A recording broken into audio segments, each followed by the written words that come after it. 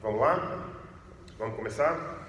Queria começar com uma oração e aí a gente já vai conversando e vocês vão entendendo a nossa classe de panorama da história da igreja, certo? Vamos orar então, vamos lá. Louvado seja o Senhor, Pai, porque estamos em sua casa mais uma vez.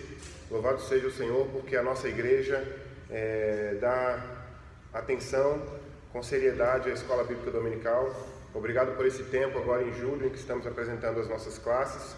Te pedimos em nome de Jesus, Pai, que seja qual classe que os nossos irmãos escolherem, que eles sejam alimentados pela sua palavra, alimentados com o ensino da sua palavra. Pai. Te peço que o Senhor abençoe os nossos irmãos nessa manhã, essa classe, e te pedimos que o seu nome seja glorificado nesta manhã. Em nome de Jesus, amém. Bom, pessoal, nós estamos nessa sequência de algumas aulas durante o mês de julho para apresentar as nossas classes individuais em conjunto para a igreja toda, e à medida que vocês vão assistindo às aulas, vocês vão escolhendo lá as classes que vocês querem participar, não é isso? Já tivemos, eu acho que nós tivemos duas até agora, né, Vanessa? A gente teve o Pedro, e na semana o Pedro no primeiro domingo, e no domingo passado o pastor Simvaldo, beleza?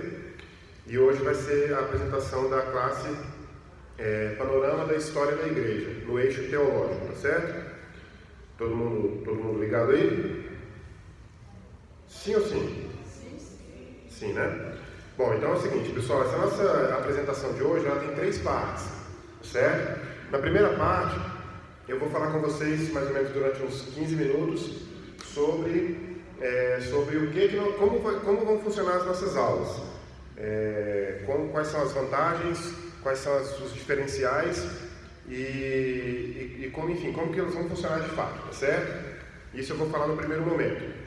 No segundo momento, a gente vai fazer, eu entreguei para alguns irmãos que estão aí, uma folha, um papelzinho com o nome e um pregador. E aí daqui a pouco eu vou pedir para esses irmãos, numa ordem determinada, para virem aqui à frente e vocês vão pendurar esses papéis que vocês têm aí com um grampo aqui, ó. Aqui na frente, não sei se vocês conseguem ver daí, tem um barbante aqui, ó. Eu vou fazer mais ou menos assim. Quem não estiver olhando, estica o pescoço aí para conseguir olhar, certo? Eu sei que vocês não vão conseguir enxergar de longe, mas aí depois eu vou pedir para a Vanessa tirar umas fotos, e aí ela vai mandando para mim pelo WhatsApp, e ela vai entrando no grupo lá do WhatsApp e a gente vai colocando. Eu também vou falar do grupo daqui a pouco. Faz parte da nossa classe, um grupo do WhatsApp também, tá certo? E aí, no terceiro momento, eu vou fechar com uma argumentação, vamos dizer assim, uma defesa de por que é importante que você, como crente em Jesus Cristo, discípulo de Cristo, cristão, por que é importante que você conheça a história da igreja bem, certo? Um dos objetivos do nosso curso, quem for para a classe comigo depois, a partir acho que é dia 4 de agosto, a partir da primeira aula, quem for para a classe comigo vai receber uma ementa. Ementa é um conjunto de informações a respeito do curso, certo? E nessa ementa, a gente apresenta ali 4 objetivos desse curso, certo? De certa forma, eu vou falar sobre eles também aqui hoje, mas vocês vão ter um papel com isso depois. Logo mais vai aparecer um slide ali, mas enquanto não aparece, eu vou continuar para a gente não perder tempo, tá certo? Antes da gente começar, alguém tem alguma dúvida, alguma pergunta que queria fazer? Outra coisa também que eu queria pedir para vocês, pelo menos hoje, que as perguntas sejam o mais sucintas possíveis, tá certo? O mais sucinto possível. Para a gente não ficar em cima de uma pergunta durante muito tempo da aula, tá certo? Mas se alguém tiver alguma pergunta, já pode levantar sua mão aí para fazer essa pergunta. Como eu falei, eu vou começar falando sobre como serão as aulas, né? Eu tenho uma experiência de escola bíblica dominical. Tem uma pergunta, meu irmão? Diga aí. Você vai frequentar, por exemplo, nessa classe aqui, né? Aí, quanto tempo tem a duração da classe? A gente depois vai passar para outra, e assim tem um isso? Tá, eu não vou te responder completamente essa pergunta, porque eu vou preferir que a Vanessa responda numa outra ocasião. Mas a minha parte, eu posso dizer para vocês que são 22 aulas, começando em agosto e terminando em dezembro. Todas as aulas vão ser assim, né? Todos os cursos, né? Depois que você terminar esse curso agora nesse semestre, você pode matricular num outro no semestre que vem. Pode ser que esse mesmo curso disponível no semestre que vem, se você não escolher esse agora, e você faça ele de novo no outro semestre. Pode ser que ele não esteja disponível no próximo semestre, mas esteja no segundo semestre de 2020. Mas é um círculo. Você vai poder circular por todas as classes durante alguns anos, certo? E vamos imaginar, por exemplo, em 5 classes diferentes, você levaria 2 anos e meio. E aí você circularia por todas elas, certo? Então esse é mais ou menos o modelo, certo? Eu não sei bem o modelo com precisão, porque a Vanessa sabe e ela tem dito para os irmãos aí de várias formas, mas mais ou menos é isso, beleza? Então olha só, pessoal, eu tenho dado aula de escola bíblica dominical desde 2010. Eu sempre digo que a melhor... quando eu saí de casa hoje, na hora que eu estava a caminho do carro, assim na garagem, eu andando para o carro, eu pensei, gente, esse é um dos momentos que eu mais gosto da minha vida. É o momento em que eu vou para a escola bíblica dominical, tanto para assistir como aluno, se bem que isso é raro nos últimos anos, e também para a aula, né? Principalmente para a aula. Então eu tenho dado aula de escola bíblica dominical desde 2010, vários temas diferentes, os temas que a igreja normalmente propõe. E eu estou trazendo para cá agora, não vou dizer trazendo para vocês não acharem que eu estou trazendo de outra igreja, mas eu vou colocar para os irmãos na minha classe de panorama da história da igreja algumas práticas que vocês talvez não tenham costume na sua história aí de aluno de escola bíblica dominical. São práticas que eu apliquei na última experiência que eu tive. Alguns irmãos aqui devem saber que eu, minha esposa e minha família, a gente vem agora da Igreja Memorial Batista. Nós passamos ali por cerca de 3 anos e meio. E ali na Memorial, eu tive uma oportunidade de trabalhar com uma classe completamente minha. Em que sentido? Eu é que escrevia a classe, eu é que escolhi o material, eu é que escolhi o tema, eu é que escolhia como as aulas eram aplicadas, e eu só tinha que dar um relatório para o meu pastor semanalmente. E aí, é claro, os próprios alunos da classe, conversando com o pastor, também davam lá os seus relatórios mais informais durante a semana, certo? E por causa disso, também outros irmãos devem saber que eu sou professor também, como profissão, né? Por causa disso, eu apliquei nessa experiência que eu tive agora, nesses últimos 3 anos, algumas práticas educacionais e pedagógicas que eu nunca tinha visto em EBD. Nada inovador. A única diferença é trazer do meu contexto secular, onde eu dou aula de história todos os dias, para a EBD no domingo. Para que a minha aula de EBD não ficasse igual a todas as outras que eu assistia. Porque como eu sou professor, e eu tenho o cacuete do professor, né? Então eu trago para a minha aula da EBD aquilo que eu faço na minha sala de aula com os meus alunos. Você acha que com um aluno de 8º ano, eu dou 1 hora de aula conversando e eles ficam ouvindo e de vez em quando fazendo uma pergunta? Não é assim que funciona. É muito mais dinâmico, tem coisas para fazer durante a aula, tem participação de aluno, tem trabalho em grupo ali na hora. Então é mais ou menos esse tipo de coisa. Não é nada muito fora do mundo também não. Coisas simples, coisas comuns de escola, mas que eu jamais tinha visto na minha experiência de EBD aqui na Central, desde que eu me converti em 99. Então, algumas dessas práticas, e aí eu já quero introduzir-las aqui agora, nesse primeiro momento dessa nossa aula de hoje, algumas dessas práticas são as seguintes. Eu sei que aqui na igreja, e em qualquer outro lugar, é lógico, a gente tem irmãos que não têm o hábito de utilizar meios ou recursos digitais com frequência, certo? Eu sei disso. Mas a nossa classe funciona fisicamente todos os domingos de 9 da manhã, de 9 às 10. Tá? Então, aqueles que não têm celular, aqueles que não usam celular, aqueles que não têm computador, que não têm tablet, vão poder se beneficiar da classe completa todos os domingos, de agosto até dezembro, 22 aulas. Não vai ter nenhum prejuízo. Vocês entenderam isso direitinho? Porque a gente ouve muito na igreja reclamações em relação ao método que o professor usa, porque o método não atinge todo mundo. Isso não acontece em nenhum contexto, meus irmãos. Nenhum professor atinge com um método todos os alunos do mesmo jeito. O professor escolhe o método que ele acha que atinge a maioria, ou então que ele acha que é mais adequado para ele próprio. E aí esse método atinge alguns. Cabe a um bom professor, e também não estou falando de nenhum professor sensacional, prêmio Nobel não, cabe a um bom professor acompanhar os alunos que não estão sendo atingidos da mesma forma e trazer os alunos junto, certo? É assim que eu faço. Então eu vou utilizar os recursos digitais na minha aula. São 3 recursos digitais, na verdade são 4, que eu vou explicar agora. Quem não puder utilizar esses recursos não estará prejudicado por causa do conteúdo. Então entendam isso. O nosso material, que é esse livro aqui, ele vai ser dado, esse livro tem 12 capítulos. Eu já trabalhei com esse livro na Escola de Ministros da Igreja Batista Coinonia, aqui em Águas Claras. é uma espécie de faculdade teológica que eles têm ali. Eu já trabalhei 3 vezes com esse livro lá com eles, e todas as vezes que eu trabalho, olha só, são 3 aulas apenas que eu dou para eles, 3 aulas de 2 horas e meia de duração cada, e eu consigo dar o conteúdo do livro inteiro, de 12 capítulos. Eu dividi na emenda que vocês vão receber a partir do primeiro dia de aula, eu dividi todos esses 12 capítulos também em 22 aulas. Bem tranquilo, então, repito, não haverá prejuízo para aqueles alunos que não utilizarem os recursos digitais, tá certo? Todo mundo entendeu isso? Quem não entendeu isso, levanta a mão. Levanta a mão por acaso aqui, quem que não gosta de usar nada digital? Celular, lá, a irmã, por exemplo, ali, ó, 2 lá, a Denora e a Iraci, ali, a irmã aqui também. Vocês 3 que levantaram a mão e os demais não terão nenhum prejuízo sequer. Estarão comigo todos os domingos às 9 da manhã, assistirão ao conteúdo do livro, certo? Que vai ser colocado ali, que vai ser dado ali, tirarão as dúvidas, uma classe normal de EBD como qualquer outra. Para aqueles que desejarem utilizar o recurso digital, para aqueles haverá o que eu chamo de compêndio. A palavra compêndio é como se fosse um acompanhante, né? Então agora vamos lá. Esse compêndio ele vai funcionar da seguinte forma: vai ter um site na internet, que eu já vou passar o endereço para os irmãos logo mais, certo? Você pode entrar nesse site durante a aula com o seu celular ou em casa durante a semana. Pode entrar no computador, no tablet, no celular, certo? Nesse site você vai ter toda semana um link para aquela aula que passou do domingo anterior. Ela vai ser gravada ou em áudio ou em vídeo.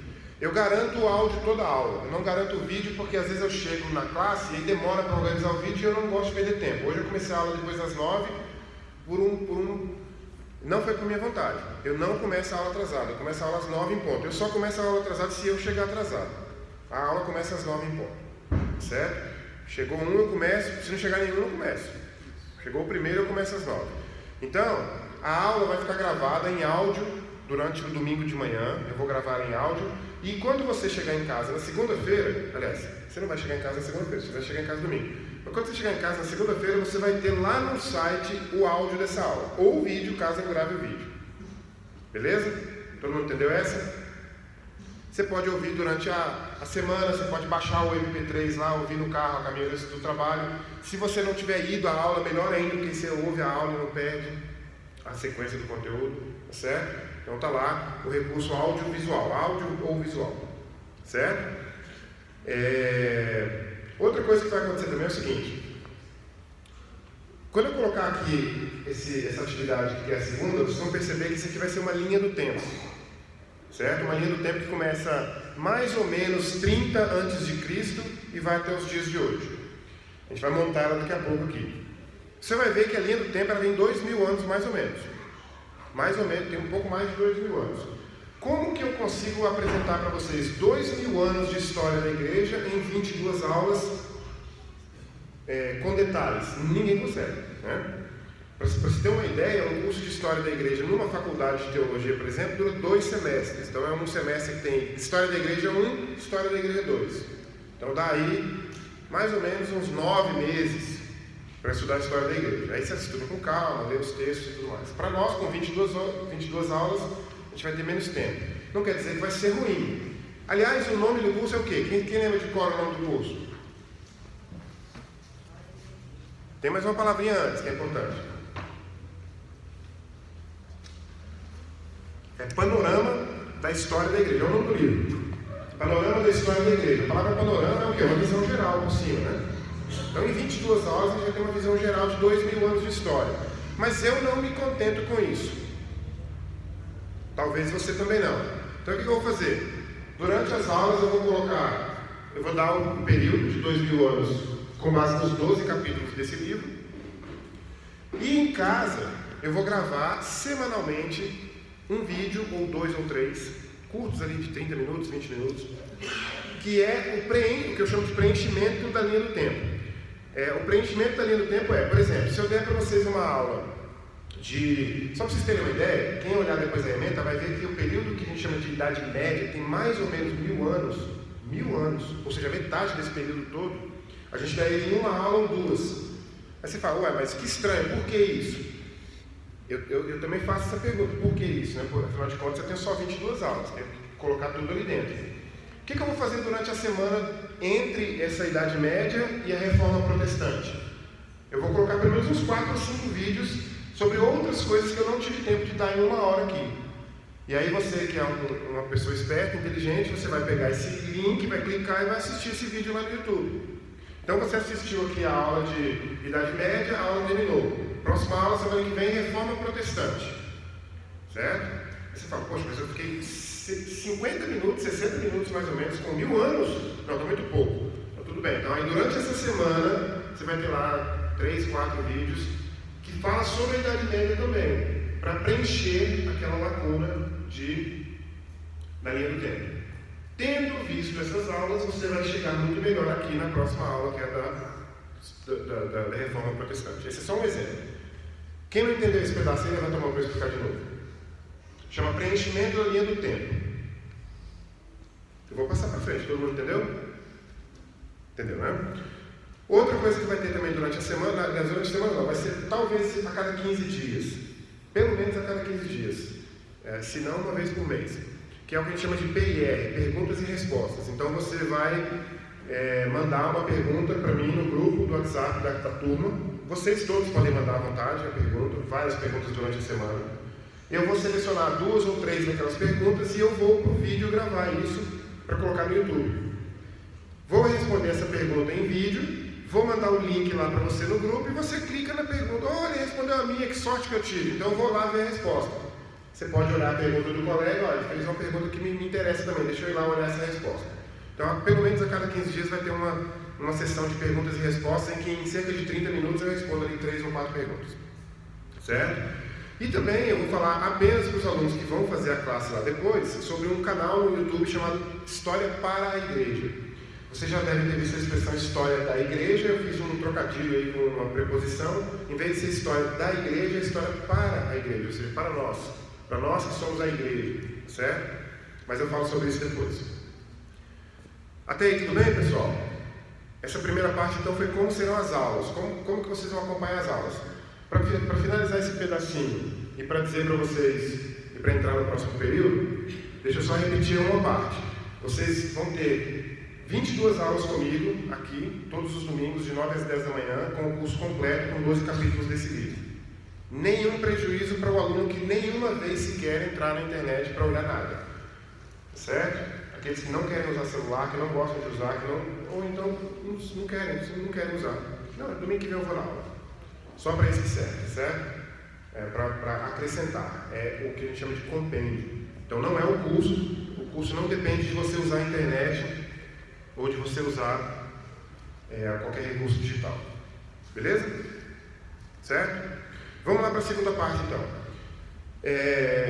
Eu vou colocar aqui, quer ver? Vou colocar aqui. A gente divide a história. Eu sou historiador, eu sou formado em História, faço pós-graduação em História e eu sou professor de História há muitos anos. Nós, historiadores, dividimos a história da humanidade normalmente da seguinte forma. A gente começa com a pré-história, que é um período que a gente considera como sendo anterior ao invento da escrita, certo? Então, a pré-história. E aí a própria pré-história tem suas divisões, né? Neolítico, Paleolítico e assim por diante. A gente divide, então, aí depois da pré-história a gente entra na história antiga, ou idade antiga, geralmente a gente chama de história antiga. A história antiga a gente tem data, ela vai do advento da escrita até mais ou menos, essas datas também elas têm um número, mas a gente pode considerar como mais ou menos. Até mais ou menos, chegou o meu slide lá, eu vou olhando ali e vou vendo o que vai acontecendo para a gente não parar. A história antiga vai de mais ou menos, quer dizer, vai da invenção da escrita, certo? Até a queda do Império Romano no Ocidente, que é em cerca de 476, 480, 500, vamos arredondar para 500 aqui. Até cerca de 500 depois de Cristo. Então passa vai de antes de Cristo, aí vem as famosas Grécia, Roma, aí vem Jesus, vem os Atos, a primeira igreja, Atos, aí passa o primeiro século e avança para o depois de Cristo e vai até mais ou menos 476, quando cai o Império Romano no Ocidente. Lá na época das aulas, vocês vão entender o que é Império Romano no Ocidente, o que é Império Romano no Oriente, certo? Então, vocês vão entender direito. Quando acontece esse evento, chamado a queda do Império Romano do Ocidente, em cerca de 476, a gente deixa a história antiga e entra na história medieval, que vai até a Reforma Protestante, mais ou menos. Aliás, na verdade, o historiador, eu estou colocando ainda a perspectiva do historiador secular, né? Que vai até a queda do Império Romano do Oriente, que é 1490 e qualquer coisa, certo? Daí vai a Idade Média. E depois da Idade Média vem o que a gente chama de Idade Moderna, que vai até a queda da Bastilha. Quem sabe o que é a queda da Bastilha? Eu sabia. Falei alto. Pode falar alto, meu irmão aí, ó. Acho que você acertou, pode falar alto aí. É você mesmo. Queda da Bastilha, quem sabe o que é? Queda da Bastilha é o evento central, ou principal, ou o marco central da Revolução Francesa. Até esse momento a gente tem a história a Idade Média, Moderna, e depois da Revolução Francesa para cá, até hoje, nós temos a Idade Contemporânea. Essa é a divisão da história dos historiadores seculares. Quando a gente estuda a história da Igreja, nós dividimos em... Alguns historiadores dividem de forma diferente, mas normalmente nós dividimos em 3 partes. E aí, a primeira parte é a Igreja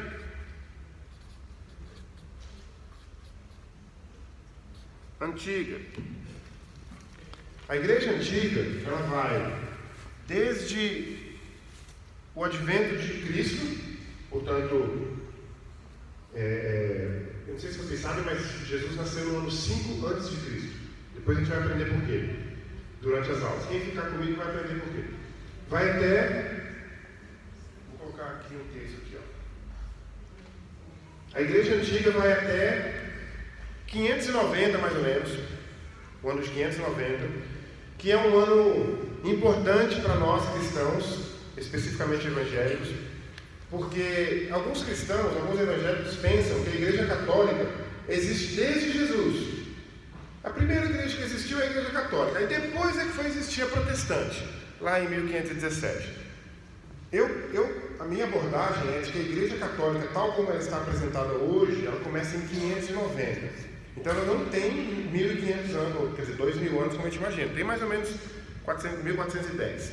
Em 590 a gente tem um advento, uma situação, um bispo, Gregório, que ele assume uma postura, por causa de aspectos estritamente históricos, ele assume uma postura que a partir daí a gente pode considerar como o primeiro Papa da Igreja Católica. Mas essa é a percepção protestante. É claro que pela Igreja Católica, quem é o primeiro Papa da Igreja Católica para os católicos? Pedro, né? E a gente vai descobrir também por que nós protestantes não consideramos Pedro como o primeiro Papa da Igreja Católica. Então a gente tem ali aquela divisão, a história da Igreja Antiga. Depois a gente vai para a Igreja Medieval.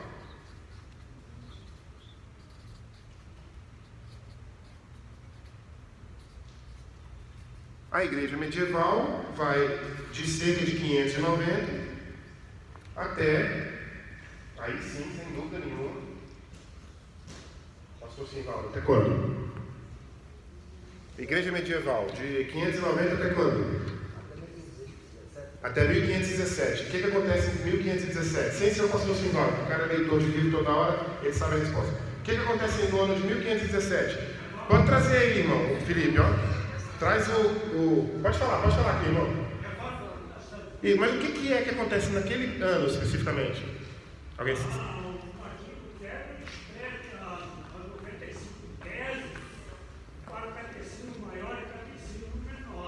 Isso aí. Então as 95 teses são pregadas na porta da igreja de Wittenberg. Aliás, o nosso site lá, a primeira foto que aparece lá é a igreja de Wittenberg. Obrigado, irmão. Pode sentar. Felipe, na linha do tempo, onde você acha que vai esse papel aí? Mas pode colocar bem na beirinha lá, né? Isso, bem encostadinho com o outro lado.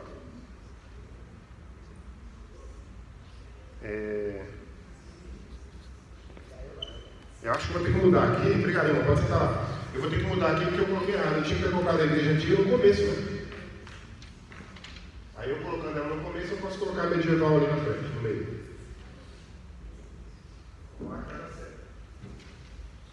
Então começa aqui a igreja antiga.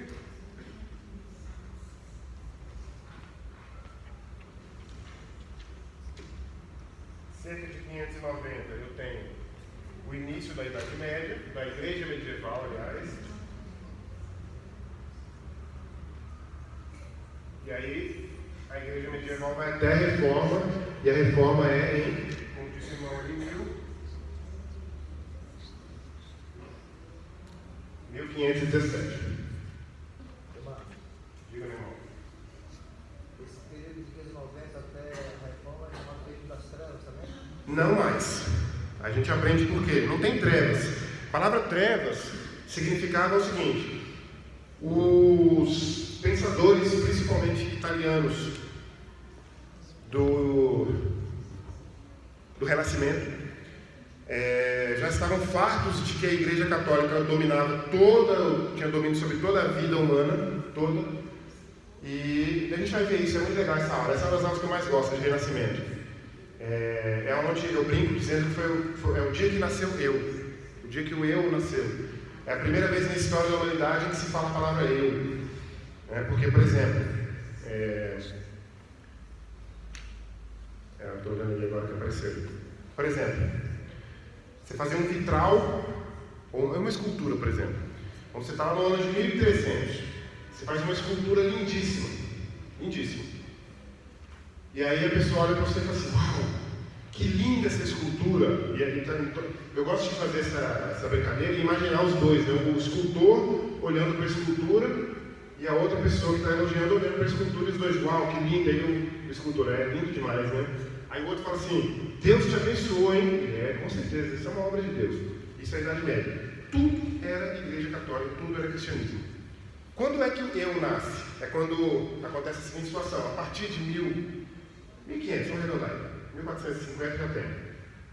Quando o escultor está diante da escultura dele, olhando, e aí a pessoa chega e fala: uau, que sensacional essa escultura, hein? E ele diz: é sensacional. Aí ele fala assim: uau, Deus te abençoe, hein? Deus? Eu acredito. Aí você tem o Renascimento, e por causa desse tipo de movimento, todos os artistas, isso é principalmente artístico, todos os artistas vão passar a descartar o aspecto estritamente espiritual, por exemplo, na arte. E aí é por isso que eles vão chamar aquele período de trevas. Ah, mas eles viveram nas trevas, não produziam nada. Isso não existe.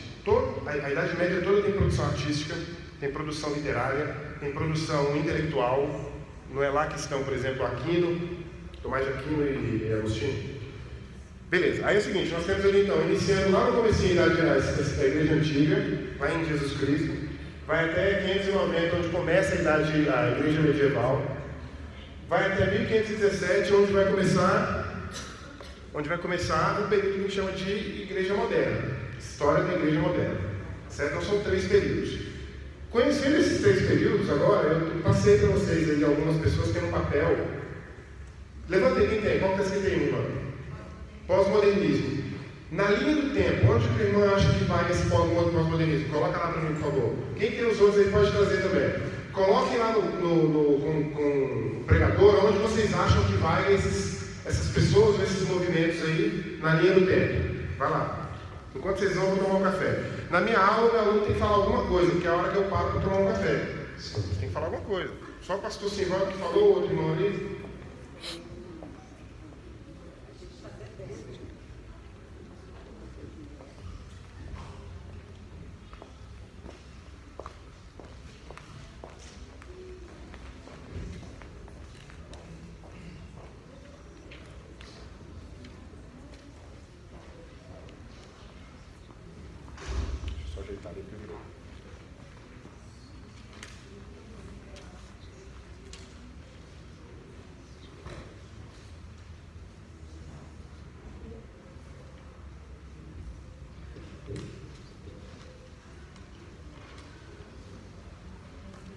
Todo mundo trouxe? Tem 6 aqui, 1, 2, 3, 4, 5, 6. Ó, deixa eu te falar. Na verdade, eu ia fazer diferente, eu ia fazer um pouco mais preciso, um pouco mais difícil. Eu ia fazer assim, eu ia colocar os séculos, o primeiro, segundo, terceiro, quarto, quinto, sexto, sétimo, e ia pedir para vocês colocarem dentro dos séculos, né? Talvez ficasse um pouco mais difícil, né? Mas olhando ali do jeito que vocês colocaram, pensando na divisão da história da igreja em 3 períodos, igreja antiga, até aqui, igreja medieval, até aqui, e igreja moderna até nós, então nossos tempos atuais, Vamos ver como é que ficou aqui, ó. Quem trouxe a era conciliar, colocou a era conciliar, é porque colocou no meio dos dois aqui, mas eu vou dar um crédito aqui para essa pessoa, eu vou trazer para cá. Porque esses dois papéis aqui, na verdade, são a mesma coisa, só que escritos em papéis diferentes.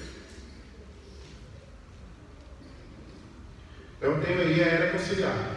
E essa pessoa acertou, considerando aqueles 3 períodos maiores, né? A era conciliar realmente era na época da história antiga, da igreja antiga, certo? Agora, alguém saberia me dizer o que é era conciliar? O que significa isso? Era conciliar. Eu não coloquei no slide porque o slide era para fazer outra coisa. Era conciliar. O que pode significar isso? Conciliar é de acordo, né? Muito bem. Mais algum detalhe, irmão? Mais alguma coisa para acrescentar? Mas está certo, já acertou. O que mais que a gente pode dizer? Diga, meu irmão. A época dos grandes concílios. Sabe o que eu acho importante isso da história da igreja? Uma das razões. Aliás, eu vou falar isso daqui a pouco, está lá no slide, vou deixar para daqui a pouco. Então tá certo, a era dos concílios, dos grandes concílios, foi realmente um período. Bom, houve concílios depois, claro que houve. Mas nós, historiadores, consideramos na história da igreja a era conciliar como sendo uma era específica que vai até mais ou menos 480, né? No último concílio grande, e portanto o irmão colocou aqui certinho. Depois a gente teve Agostinho. Agostinho ficou entre 590 e 1517, mais próximo de 1517. Se o nome fosse Tomás de Aquino, ele está no lugar exato, não apenas no período maior, mas também próximo a 1517. Só que esse Agostinho, na verdade, ele vai estar um pouco para cá, ó. Aliás, um pouco não, muito para cá. Ele vai nascer no final do século IV e vai morrer ali em 400 e qualquer coisa, né? No século V, certo? Agostinho é uma das figuras mais importantes da história da igreja. E a razão é muito simples, é porque ele foi importante.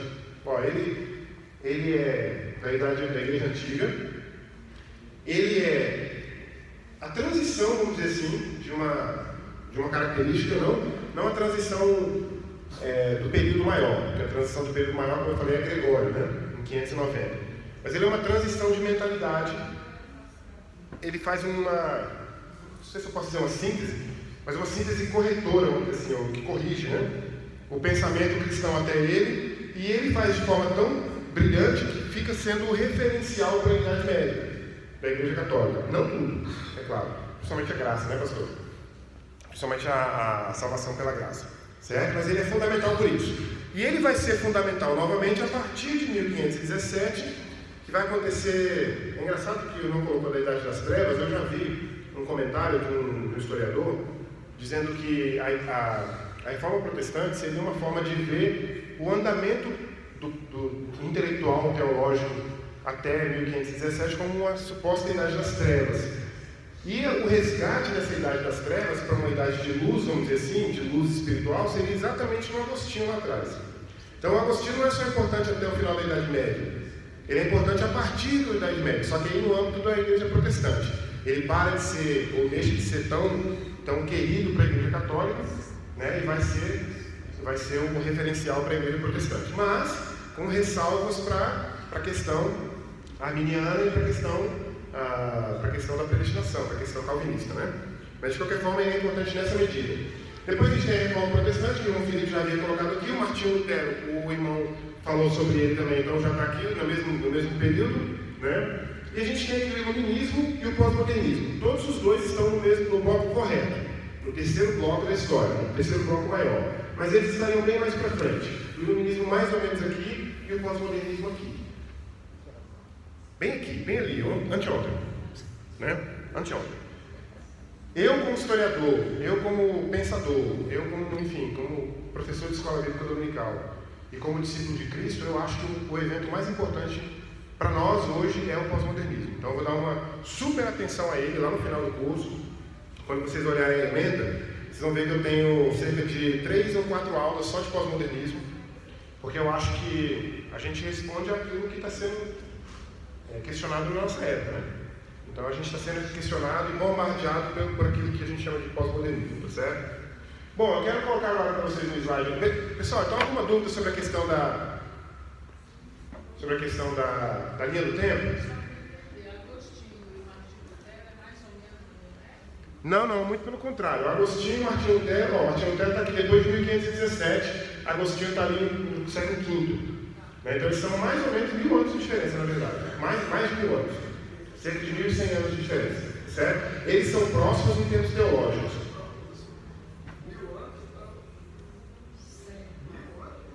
De 500 até 1500. Né?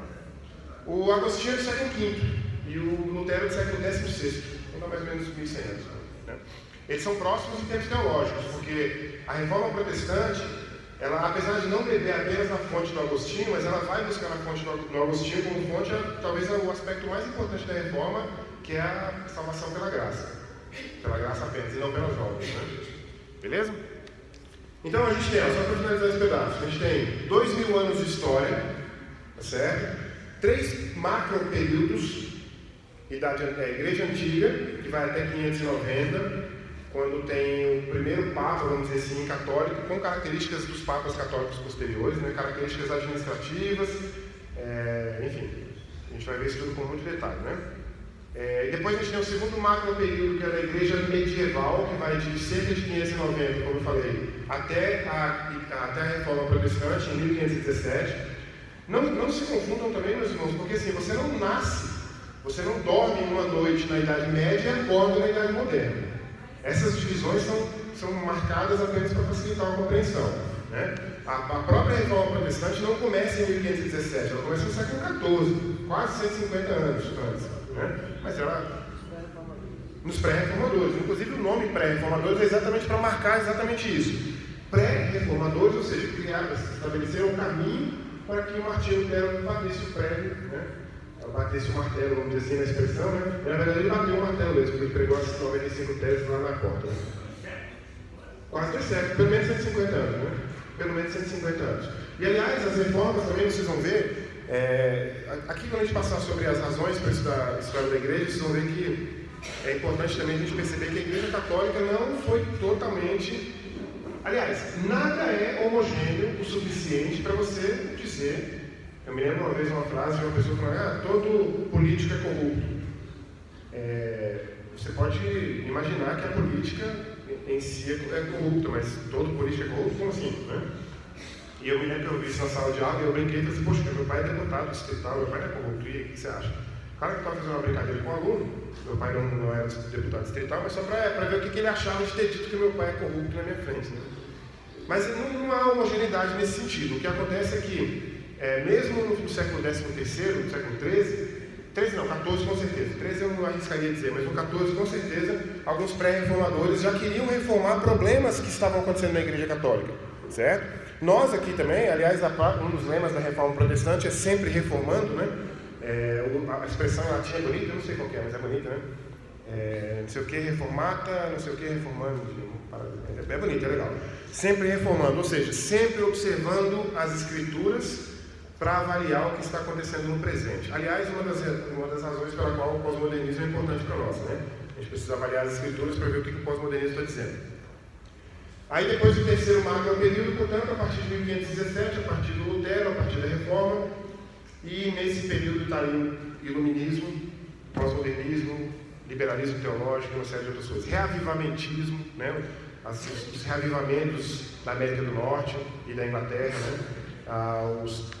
Enfim, aqui inclusive vai estar tudo que é pertinente a nós, né? Aqui que nós vamos nascer como batistas, aqui que nós vamos nascer como protestantes, aqui que a gente vai nascer como presbiterianos, é aqui que a gente vai descobrir por que existe uma igreja anglicana e por que uma das razões pela qual é legal estudar a história da igreja é porque você consegue admirar com os olhos diferentes características que não são nossas. Se você vai a um culto, por exemplo, um culto, uma missa, não sei qual é o nome, mas numa igreja anglicana, você vai se escandalizar com as vestes e com os templos, né? E aí você vai falar: mas isso aqui não é protestante nem aqui nem na China.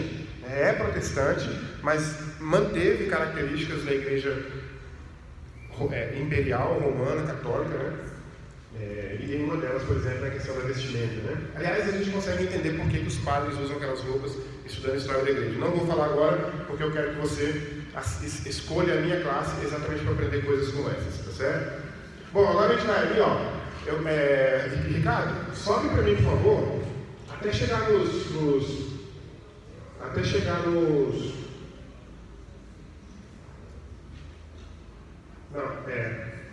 acha para mim onde é que está o símbolo lá do Chrome. Isso, coloca aí por favor. Ó pessoal, ali ficou uma cor diferente, mas ali são os símbolos do Chrome e do Safari. São os aplicativos do seu celular que você abre para acessar a internet. Você pode colocar lá na parte da barra de endereço, aquele endereço ali. Tem que tomar cuidado porque tem que ser certinho o JM ali, maiúsculo, GN minúsculo e o N maiúsculo e o N minúsculo. Esse endereço é o endereço que vai levar você a entrar no grupo do WhatsApp dessa turma. E nesse grupo do WhatsApp você vai estar constantemente recebendo lá os links para os vídeos, para o áudio, para a internet, que eu falei agora há pouco no começo da aula, certo? Quem não copiou por enquanto, pode copiar daqui a pouco, eu vou deixar no final da aula. Ricardo, vai lá para mim agora, para onde está escrito, número 3, a importância de estudar a história do cristianismo. E aí depois eu volto nesse endereço para você acessar. Quem já tiver acessado já deve ter entrado aí.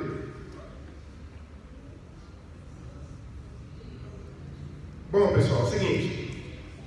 Você deve estar se perguntando durante esse mês de julho por que eu devo assistir a essa aula, por que eu devo assistir esse curso, por que eu devo fazer um curso lá com o Pedro, por que eu devo fazer um curso com o pastor Simvaldo, por que eu devo fazer um curso com o professor Marlon, por que eu devo fazer o próximo curso. Você vai se perguntar isso durante esse mês, né? Para você se ajudar a decidir qual curso você vai fazer no primeiro semestre. É ou não é?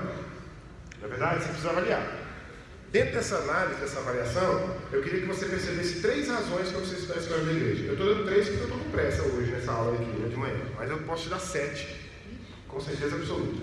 Na primeira aula nossa lá, você vai ver mais razões para estudar a história da igreja. A primeira delas é uma das mais importantes, que é o senso de perspectiva. E eu coloquei como exemplo do senso de perspectiva, dei um exemplo que são as questões doutrinárias. Eu não farei esse teste aqui de jeito nenhum, mas eu tenho medo que, se eu fizesse um teste como esse, a gente teria alguns resultados assustadores. Por exemplo, como que você entende o fato de Cristo ser 100% homem e 100% Deus? Como você entende a dualidade de Cristo? Como você entende? Eu sei que você aceita isso como doutrina, porque você é membro da nossa igreja, e a nossa igreja é uma igreja que tem isso como doutrina.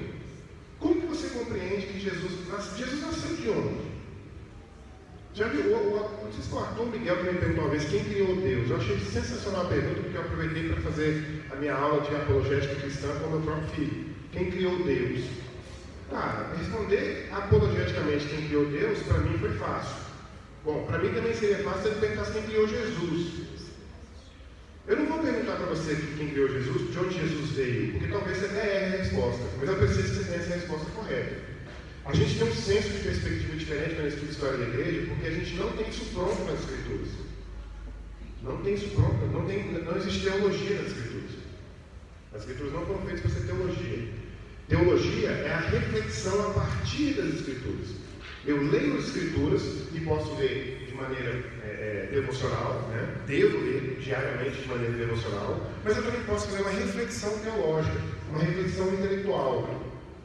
Será que faz sentido que eu passe pela Bíblia a vida inteira lendo a Bíblia devocionalmente, sem ter a menor ideia de onde veio Jesus, como Jesus foi criado? Será que ele foi criado? Ele é eterno como o Pai?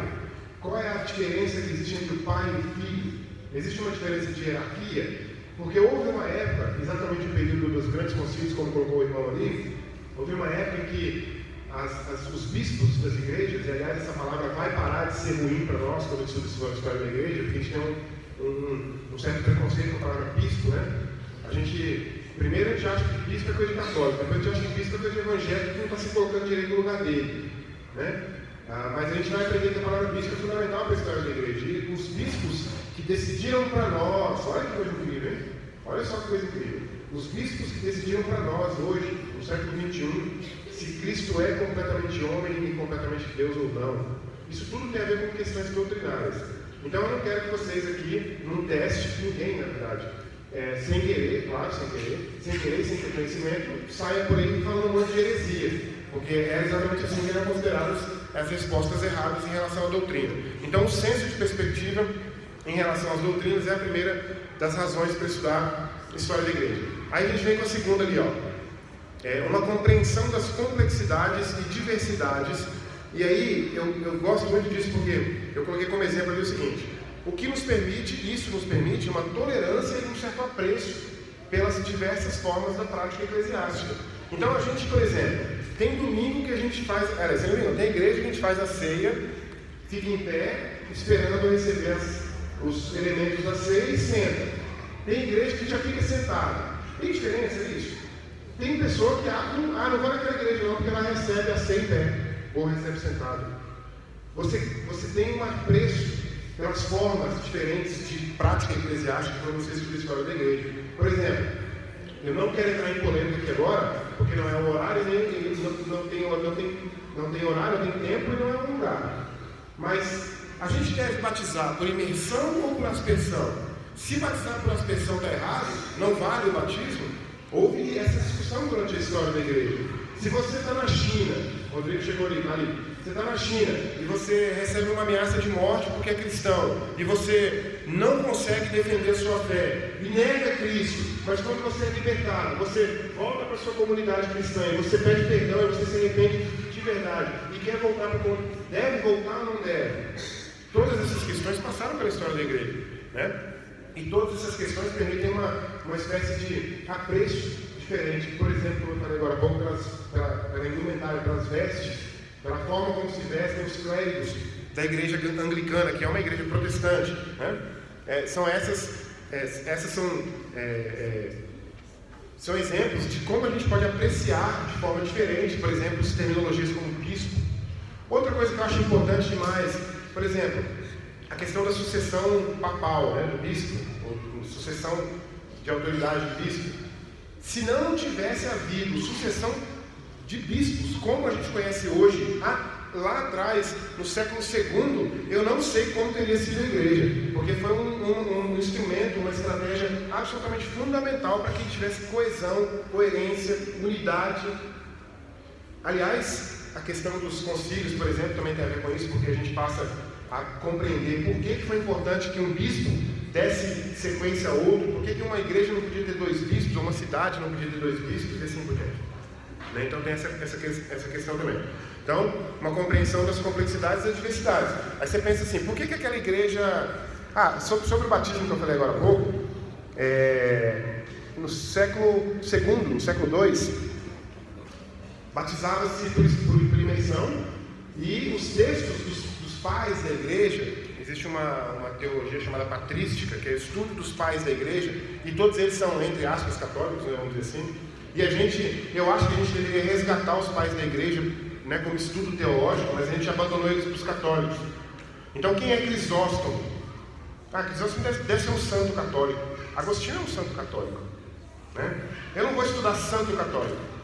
Não vai estudar santo católico, então vai deixar para o católico estudar e conhecer de teologia nesse aspecto melhor do que você. Nesse aspecto, né? Em outros não. Então, aí tem um texto, eu não me recordo agora exatamente quem é, mas é fácil eu encontrar. Tem um texto de um dos pais da igreja que diz claramente, não sei se vou arriscar no Tertuliano, mas talvez eu esteja errado. Batize por imersão, quando houver água disponível no lugar, quando não houver, batize por dispersão mesmo. O que se entende por isso? Batizar é obedecer. Então obedeça. Se tiver água, imersão. Se não tiver, aspersão. Ou seja, a gente discute teologia hoje no século XXI, sem saber, por exemplo, que a gente poderia apreciar a razão pela qual a igreja presbiteriana batiza por aspersão. Não sei. Ou quer dizer, ou não batiza por imersão, né? E para terminar, eu acho que é mais importante, não só para terminar a aula, mas para terminar também o nosso slide ali, eu acho que é tão importante quanto, a gente tem aquilo que nós, historiadores, chamamos de filosofia da história. O historiador, ele tem metodologia para fazer pesquisa, mas ele também tem uma lente através da qual ele enxerga as coisas. Então, por exemplo, como cristão, protestante, batista, tradicional, da Convenção Batista Brasileira, eu enxergo essa coisa desse jeito. Como cristão, protestante, batista, da Convenção Batista Nacional, o outro irmão lá do lado enxerga as coisas de outra forma. Nós enxergamos o mundo com base numa lente. Essa lente, que a gente chama de cosmovisão ou teoria, essa lente, ela é dada pelo convívio cultural que eu tenho mais próximo. A gente enxerga as coisas aqui na nossa igreja de uma forma. O nosso irmão católico que vai passar a eternidade para a gente no céu enxerga de outro. Ele tem uma outra lente. E a filosofia da história é uma percepção de que a história tem um começo, um meio e um fim. Quantos aqui acreditam que Jesus vai voltar? Aliás, já que eu acho que é a maioria, quantos não sabiam que Jesus vai voltar? Quantos não sabiam? Todos aqui sabiam que Jesus vai voltar. Ele vai levar a sua igreja e vai restaurar o universo, as pessoas, os salvos. Não é isso que vai acontecer? Isso é o fim da história, a história humana aqui na Terra. Ou pelo menos essa história humana em que o pecado não pode habitar, pode entrar e pode agir.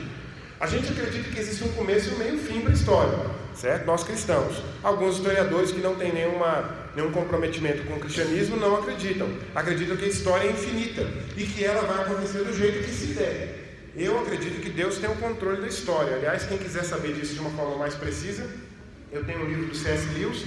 Eu acho que a edição brasileira dele também tem isso. É um apêndice que o C.S. Lewis coloca no Cristianismo Puro e Simples, que ele explica que todo o contorno da história é baseado num contorno semelhante de oração. Em outras palavras, o controle direto do relacionamento entre nós e o Criador, né? Então, uma filosofia da história dá para nós a seguinte perspectiva. Olha lá, ó. A perspectiva de que nos apresenta, quer dizer, a convicção, tá lá, de que as portas do inferno não prevalecerão contra a igreja. Por exemplo, você pensa assim: não é possível que chegue numa época em que se faça aborto de crianças com 7, 8 meses de idade, de gestação. Mas houve épocas e ainda devem existir lugares que há sacrifícios de crianças religiosos, sacrifícios religiosos de crianças. Então, se você está lá atrás vivendo e pensando, não é possível que as pessoas matem crianças para oferecer aos deuses pagãos. Calma, existe um senso de filosofia da história em que Deus tem o controle. E não se preocupe, porque daqui a 1000 anos eles vão matar a criança dentro da barriga. Não acredito, não é possível. Pois é, vão matar a criança na barriga antes mesmo de nascer. Ou seja, existe uma percepção nossa, dos cristãos, de uma filosofia da história que dá essa percepção daquele versículo de Mateus 16, 18. As portas do inferno não prevalecerão contra a igreja. A igreja a igreja cristã, com seus 2000 e qualquer coisa anos de existência, prevaleceu durante esses 2000 anos, com erros e com acertos. Nós ainda estamos errando e acertando também, e quem estudar a história da igreja do século XXI vai encontrar um monte de erro teológico e doutrinário, claro, com base no que eles forem ler lá para frente, né? Mas o que eu quero dizer é que estudar a história da igreja é fundamental para a gente se posicionar, né? Então eu me lembro uma vez na EBD, um irmão perguntou para mim, professor, quais são os erros mais gritantes da igreja católica? E eu falei assim, olha, eu não sei quais são os erros mais gritantes da igreja católica, mas eu sei quais são os melhores acertos. Então tem esse. E aí eu só posso dar uma resposta como essa se eu tiver uma percepção do que a igreja católica representa para nós como protestantes, considerando que nós somos, em outras palavras, filhos da igreja católica. Nós saímos dela. Do mesmo jeito que o cristianismo tem a sua saída do judaísmo, nós como protestantes temos a nossa saída da igreja católica do Ocidente, certo? A igreja católica romana do Ocidente. Então eu acho que é isso, é o que nós vamos fazer durante 22 aulas nos próximos meses, de agosto até dezembro. Para quem chegou depois, tem um vídeo que eu gravei aqui, vou colocar disponível em algum lugar na internet, eu vou passar para vocês o link. E volta lá para mim, Ricardo, naquele link que eu coloquei. Esse link é o link para você entrar no grupo do WhatsApp dessa turma. Eu coloquei os símbolos ali dos 2 browsers mais comuns, né? Que é o Chrome e o Safari.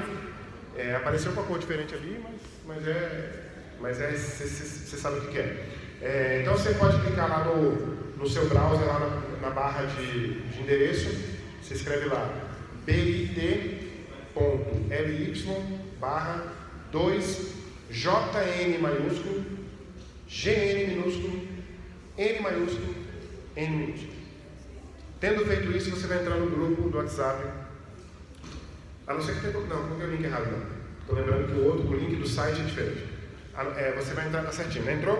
Então você vai entrar no grupo. Ainda hoje, logo depois que acabar essa aula, porque eu estou gravando aqui no celular, mas ainda hoje eu já vou colocar para vocês a ementa, para vocês lerem, e esse slide de hoje para vocês darem uma olhada.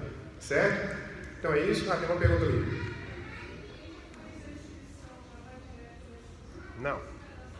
Não, quem fez, eu nem sei quem fez a inscrição ainda. Você pode entrar no grupo hoje, agora, certo? E você vai ficar participando do grupo do WhatsApp. Você pode nem ser o aluno da turma. A inscrição só vai chegar para mim depois. Eu não sei os outros professores, mas eu não recebi ainda os alunos que se matricularam na minha aula ainda, certo? Então, quem fez a inscrição não entra garantido direto nesse grupo. Tem que fazer a entrada no grupo separado. Alguém tem alguma outra pergunta para nós encerrarmos com uma oração? Ou será que a Vanessa vai querer falar alguma coisa, né? Se alguém tiver alguma pergunta, é só levantar a mão enquanto isso a Vanessa fala alguma coisa.